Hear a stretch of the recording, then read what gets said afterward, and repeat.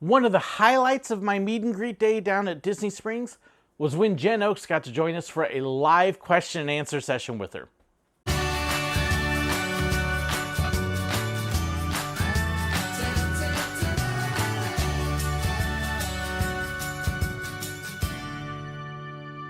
I had so much fun at the meet and greet at Disney Springs with all the fans coming and joining us.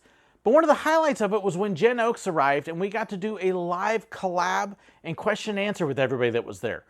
It was a ton of fun and I absolutely loved it.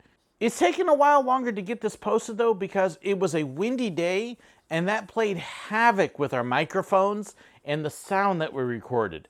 So it's taken a little while for me to clean up the sound a little bit. It's still not great, so I'm giving you a heads up and a warning now that there are sound fluctuations and sound quality issues on this. But it was so much fun and we had such a great time, I really wanted to post this for everybody to see. Additionally, I want to give another big warning that this video is what I would call NSFM, Not Safe for Magic.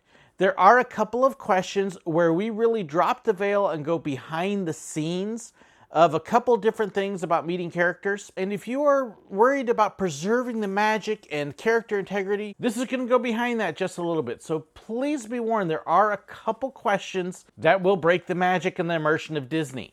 Other than that, it was a lot of fun, and I really hope you enjoyed this as much as we did having it. Because what y'all may not realize is when Jen and I did the first collaboration, we finally got on the video to talk, and I think we both figured that we'd be about, what, an hour or so? Hour and a half, and then it was like 3 hours. So yeah, it was crazy. Okay, so you got a shuttle back, right? Okay, so I am so excited because I'm Sir Willow and this is Jennifer Oakes. and we're here at Disney Springs together with some of the people who came out to meet us and have a good time. Well, yeah, especially can't organize this. This switch co-organization, that's scary. So we're gonna take a little bit of time here. We got a few people around, and so we've already been doing a bunch of question and answer, but we'll let you guys kind of ask questions, both of us. For those of you who don't know, Jennifer worked entertainment at Disney, so and Epcot and Animal Kingdom, mostly. All of them. All of them. Okay. All of them. I was like, yeah, you were mentioning. Well, too, so. the least MGM Studios, because remember, you have to have arrived to Yes. try and get there. So, yeah, that's You're in I was studios past now. that. I was more the lower run. Yeah, we didn't have it quite as much as at PhotoPass, but yes. So anybody got any questions that you want to ask? So you all had a bunch of them. Sorry. Okay, I got one for Jennifer. How do you, when you're auditioning or working, how can you stand out? Good question. For me, like I wore a bright colored shirt, a red shirt actually, and I felt like that already. I didn't see anybody else wearing a red shirt at the audition. It was a tank top. I did my makeup to be more like Princess Jasmine. I remember I wore like really heavy eyeliner. I had also Google searched the makeup of like some of the girls who were doing Jasmine already in the parks, and I had found a website similar to like, well, it wasn't a YouTube back then, it was just like regular. But anyway, sorry, I talk in complete thoughts sometimes. But I don't. What squirrel? And I read to smile. Like that was the big thing. They really stressed smiling, and I feel like it did help. Like I feel like when you smile, you stand out in the like of all the girls. Because if anybody's not smiling, they're not probably. I feel like they won't get as noticed. They stressed about going in there confidently. So I remember good posture. I really kept that up, and I had my shoulders back and all that. And just making it until you make it, even if you don't really know what you're doing, just acting kind of like you do, putting on that performance. Yeah, even with, if you're doing like community theater like I do, research what you're auditioning for. If it's a show or a theme park, especially the parks, like Disney is, I'm sure Jennifer can agree with me on this one, they're very strict as to what they're looking for. Whether it's face characters, fur characters, stunt actors like Fantasmic or Indiana Jones, or even the Dapper Dans especially, and Voices of Liberty. You have to be, when it comes to those kinds of roles, it really depends on what you're auditioning for, whether it's Disney, Universal, SeaWorld. I think even Silver The Dollar other City thing to an too, extent. with Well, characters, actually, all of I'll step on Jennifer's toes a little bit. Characters have a lot of restrictions on height, and for face characters, appearance Oh yeah. is huge. If you don't have the right look for a face character, it doesn't matter how good you act or how big your smile is, you're not going to be able to do it. And then height is going to determine which fur characters you can do and be. And you brought up a good point. It's something that I don't like to acknowledge, but it's true. You know what you said. It can't. The fact that you're getting judged on your physical appearance is really harsh, and for that reason, I mean, having confidence and knowing that even if you don't make it, that you are still, and for a girl especially, like me being a girl, like, you know, not equating that with whether you're beautiful or not, like, don't let that determine. I've seen them reject gorgeous girls, and I, you know, even so, it's do you look and resemble like that character? It's not a beauty contest or anything. So, But even things like tan lines yeah, could get you. tattoos. If your tan line is too sharp, well, sorry, you're not working this week. Yeah, Because I watched one girl get in trouble for that. Yeah, in our training, they actually said, be sure that when you go to the beach over the summer, you're wearing sunblock, because if you don't, because it ruins the magic. All of a sudden, you're a person, and it's like, oh, where were you this weekend? You got the tan line. So, Who else? Did you get in off of your first audition, or did it take a couple? And how did you kind of like work through keeping up and down with all that? yeah, I feel super thankful to say that I got the job on my first audition. But even though that happened, every 6 months we were kind of re-auditioning because the casting would come and give you a look over and make sure you didn't gain too much weight. You know, in Jasmine or Ariel, you're showing your physique. They were very strict about that, and I saw them actually discipline girls who would get stuck in the Pluto costume, you know, like, and your pay goes down because there's extra pay associated with the face roll. So that was a disciplinary action that I saw happen to people. And then, what else? I'm sorry, I lost my squirrel. How many times did you audition? Oh, and so you were constantly, in a sense, re-auditioning all the time. So, and then of course management was always coming and monitoring during, like, they wouldn't announce it or tell you. You would just know after you got off set. The greeter used to say, "Oh, by the way, did you see the manager watching you?" And it was like, "Oh no, did I do a good job? What did I say?" Yeah. And as long as they saw joyful, magical moments and all was well, they were happy, you know. And I had something similar as a photographer because I was actually working over in Agrabah at Magic Kingdom with Aladdin and Jasmine one time. And I was just doing my thing, taking my pictures. And as they were stepping off, I had somebody tap my shoulder and turn around, and here's two of my managers and a group of about 4 other photographers standing there. I'm like, what's going on? I want you to know we were just watching you and evaluating you. Oh! And you were doing a great job. We loved you. Okay, thank goodness. Yeah, you never know. For that reason, you always had to kind of be on. So, and I saw it where they would even after they had hired a girl, they would be like, you know, we don't think you are really that great of an Aurora. You know, and I saw them take away the tiara, and it was awful. You know, so in a way, That would hurt. yeah, it did. Girls were crying, or I never really saw it happen to any guys, but the girls, yeah. There's not as many guys in entertainment. There's just not as many roles. Yeah. Well, character-wise, I mean, if you're going, depends on which part. Yeah. Even you know, a lot of times you'll think of the princes though. And if you notice, you almost never see a prince in the park. Except for like the Yeah. separate ticket parties, like the Christmas party, Halloween. Now, what do you guys know about Flynn Rider? Like, do you guys see him Yeah. a lot? Oh yeah, he's in the parade.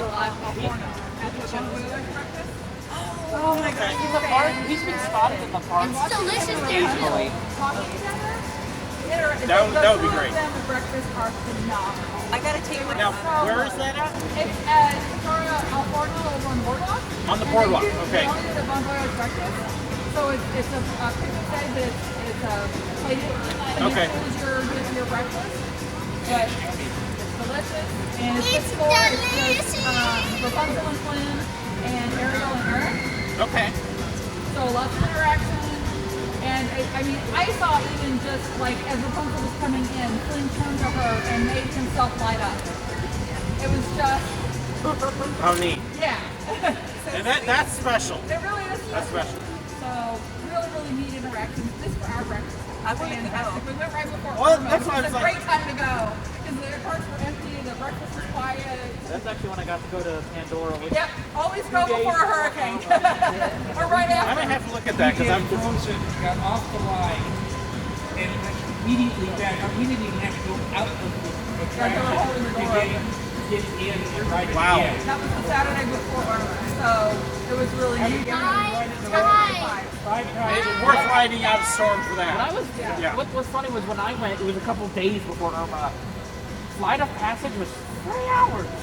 Yeah. People were trying to pack stuff Well, in before they left. I was telling the guys here who live in Florida that he was asking, well, where you go in a hurricane? Like, there's no safer place to be in a hurricane than at Disney. That's right. Oh yeah. That was our backup plan. If our list was up for too long, we were going to find a room somewhere. Yep. You're like, can you have room for us? Help! Yeah, because the hotels are all designed, Yeah. you know, Exactly. They're hurricane going to force winds. withstand it. If the castle can hold up, you know the hotels are going Yep. to. That's another funny one. People thinking that they can take the castle apart. Oh my gosh. I've heard that a few times. That's I'm as like, bad as the lady who tried to sue Disney saying that a brick fell out of the castle. I'm not making that up. It's a real lawsuit.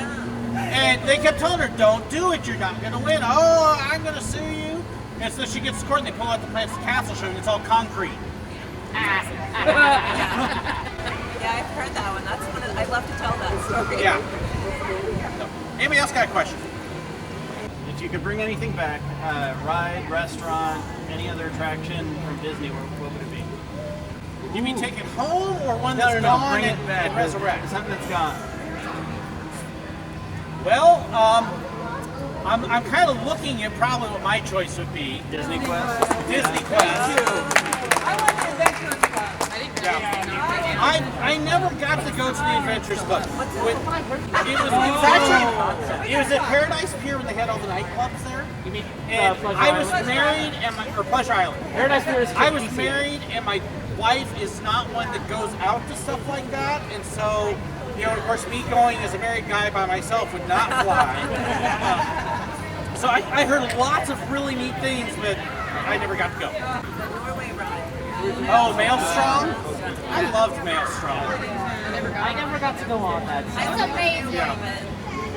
I'll let you know after my day at Epcot what I think of Frozen. Did everyone hear that they're redoing the French movie, the France Impressions de France. Impressions de France? Yes. I'm sad about that too. Can you imagine if they took all the old Circle Vision movies and stuff and put them all on a DVD? That would be cool. It would be kind of hard though because it's 360 degrees. Well, then you've got the 360 stuff on YouTube now. And or do it like with VR, put it in a special VR program. Yeah, that would be cool. That would. That would be awesome. really neat. The one thing- Disney, there's a way to make money. One thing I would bring back would have to be Great Movie Ride. Toontown. Do you know the parks of Toontown are actually still there? Yes. The two big tents Okay. that are there, those are actually the old county bounty and the character meet and greet rooms. Because I actually looked it up in satellite and went, is that really? Yeah, that's actually them. What do they use it for now, I wonder? I think it's stores. Yeah, it's stores. Well, I think you still have Toontown in California, right? Yes, Toontown, California is very different than what used to be here. Yeah, Toontown- This was Toontown Fair, so you had the tents, and it's supposed to look like a county fair kind of thing. Where out in California was actually their homes.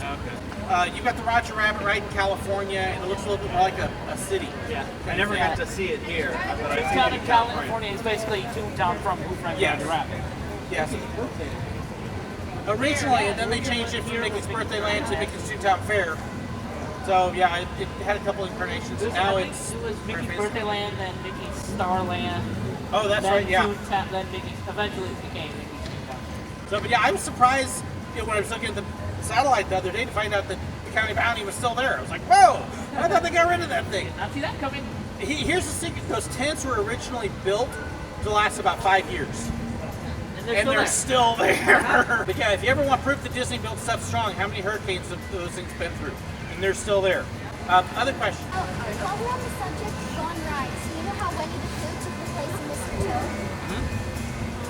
When it goes into the scene with Owl's house, On the left, there's a picture of Mr. Toad and Owl. And Mr. Toad is, I think He's Mr. also Toad in is the- handing over the deed to Owl. Yeah, if you go on Haunted Mansion, when you come out, there's the pet cemetery up on the left. Mr. Toad's up And there. when you first enter the queue for a Little Mermaid, this Little Mermaid sits where Ariel's grotto and originally 20,000 feet. I don't know if you heard about it. There's a little nautilus. If you ride Winnie the Pooh out in California, where they put Winnie the Pooh in California is where Country Bears used to be there. And there's actually a spot where you can turn around on your car and look backwards as you enter the room, and they've got the moose heads up on the wall. That's actually, from what I've heard, it's not the ones from the attraction, it's the one from the bar that used to be attached to Country Bear. The Snow White ride also has the Snow White. I believe so. Yeah, the Seven Dwarfs might The dwarf and the dwarf figures in the cottage are from the original. Yeah. The only thing that's not from the original ride is the witch figure. I still laugh at Mr. Toad though, because you think Disney wonderful, and here's this ride in the middle of Disney where you can go to hell. That was the disappointment. What did they do with the Millennium? Ooh. It was back Last I heard, it's still there. 2000. It was they called it Millennium Village.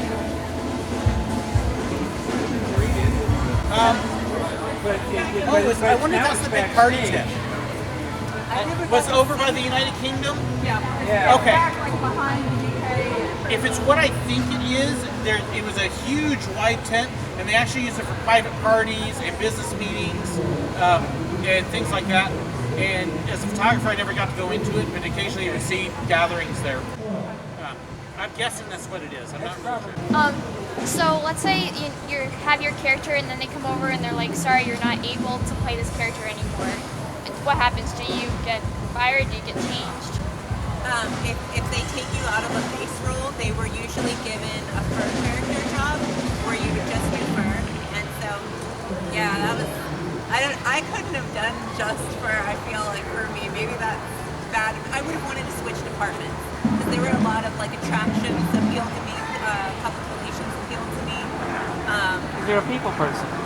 Yeah, I would have loved my dream. It's something I never talk about. I think I talked about like working in attractions, but giving the tours, I would have loved to have been one of those I still want to do that. You want to be a plaid? Yes, that's scared. I wanted that job. Yeah, my ultimate cast member role would have been to do great movie ride. I love movies. The one Especially problem with the gangster. tour guides is I think there were probably thousands of cast members who would have loved to do that, and the handful that are doing it, a lot of them have been there for years and years, and they're not going anywhere else. And you have to have a really good, intimate knowledge of the parts. Well, which you can build. A lot of it still helps to know it. That's when I'm convinced that it's who you know to Pretty get into much. that spot. I actually, one of the ladies, I volunteer at my church doing Sunday school stuff with the toddlers.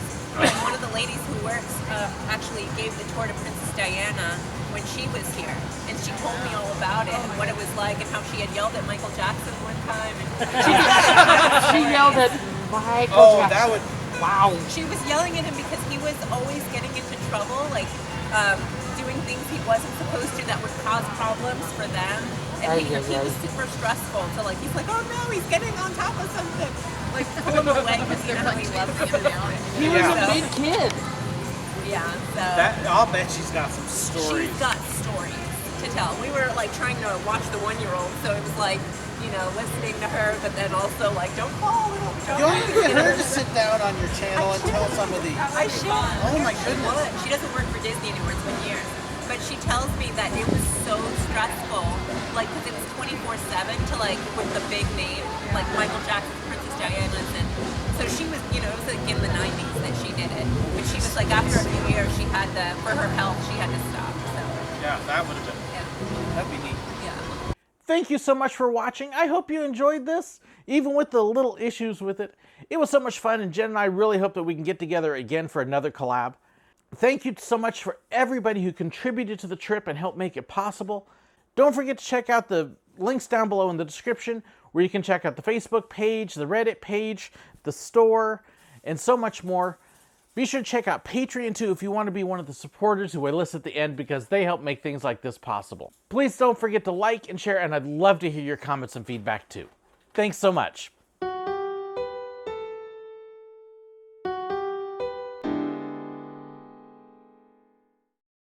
haven't subscribed yet, hit that button right there. If you'd like to see another great video of mine, there's a good one right there for you. And if you'd like to be like these wonderful people and support me on Patreon, hit that link right there. Thanks so much.